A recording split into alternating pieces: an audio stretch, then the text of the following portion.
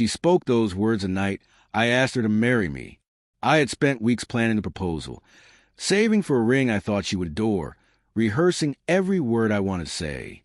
When she finally said yes, my heart soared, then sank when her smile faded, and she added the words that would change everything. "I'll marry you, but first I want one last night with my ex." At first, I thought she was joking. I laughed nervously, expecting her to take it back. She didn't. She looked at me with calm, serious eyes, as if what she asked were reasonable, as if she could truly expect me to agree. My stomach twisted. My hands shook. I asked why. Why would she even want that? She sighed and explained that her relationship with her ex had never truly ended in her heart.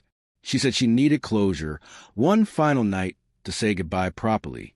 She swore it didn't mean she didn't love me, that it was just something she had to do to move on. Her words shattered me. I loved her more deeply than anyone I had ever known. The thought of her with another man, even for a single night, made me physically ill. Still, I hesitated. I didn't want to lose her. Fear gnawed at me that if I refused, she might leave entirely and return to him for good. That night, I lay awake, her words echoing endlessly in my mind. I pictured her in someone else's arms, and the pain was unbearable. Yet my heart was weak, tethered to the promises of a shared future. I tried convincing myself that maybe, just maybe, if I let her do this, she would come back entirely mine. The next morning, I tried to reason with her. I told her that marriage should begin with trust, not betrayal. I begged her to reconsider. She listened quietly, holding my hand, but in the end, she only repeated that if I truly loved her, I would understand her need. Days passed, and I became a shadow of myself. I couldn't eat. I couldn't focus. I couldn't think straight. I kept staring at her, wondering how I could marry someone capable of inflicting this kind of pain. I saw the selfishness in her eyes, but also the power she held over me. She knew I loved her too much to walk away easily.